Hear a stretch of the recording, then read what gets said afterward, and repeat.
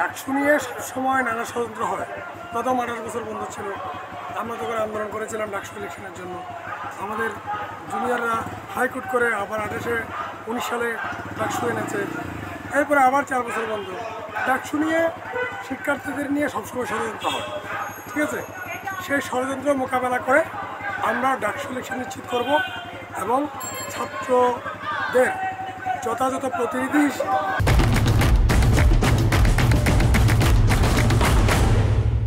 হিসেবে ডাকসু ইলেকশনের মধ্য দিয়ে আমরা ডাকসুর প্রতিনিধি নির্বাচন করার মধ্য দিয়ে দেশকে যোগ্য নেতৃত্ব উপহার দেবো ইনশাআল্লাহ।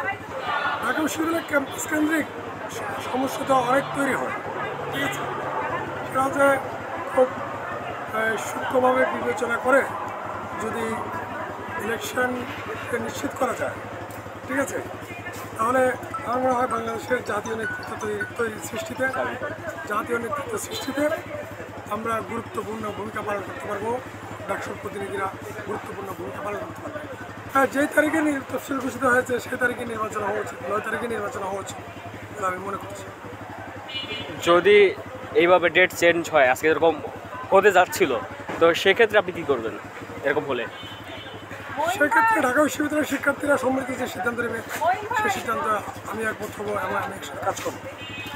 না, তারা তো বিক্ষোভ করছে, তারা এখনো বিক্ষোভ করতেছে, তাহলে আপনি কী করবেন? আমি আসছি, আমি তো প্রতিবাদ করছি। আপনাদের ইন্টারভিউ দেওয়ার জন্য ধরছে, ইন্টারভিউ করছি, প্রতিবাদ করছি। হ্যাঁ, ডাকসু ইলেকশন নিশ্চিত করার জন্য যে চলমান আন্দোলন চলছে সে আন্দোলনের সাথে আমি একত্র ঘোষণা করছি এবং সে আন্দোলনকে আমিও আছি।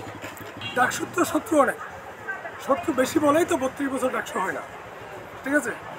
এই শত্রু হচ্ছে বাংলাদেশের সকল রাজনৈতিক শত্রু, বাংলাদেশের সকল রাজনৈতিক দল এটার জন্য দায়ী, ঠিক আছে।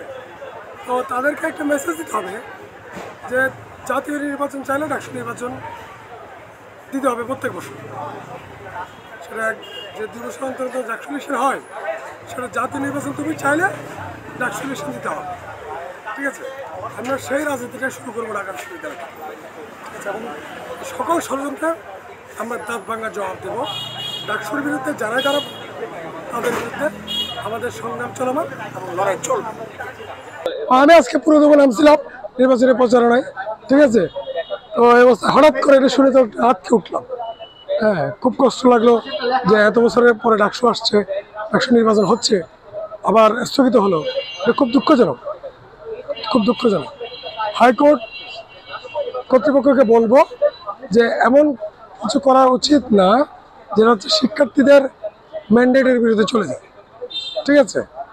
যৌক্তিক কোনো কিছু থাকলে সেটার জন্য যে 17-এর জন্য এই ব্যবস্থা নেওয়া যেতে পারে, কিন্তু ডাকসু বন্ধ করে না।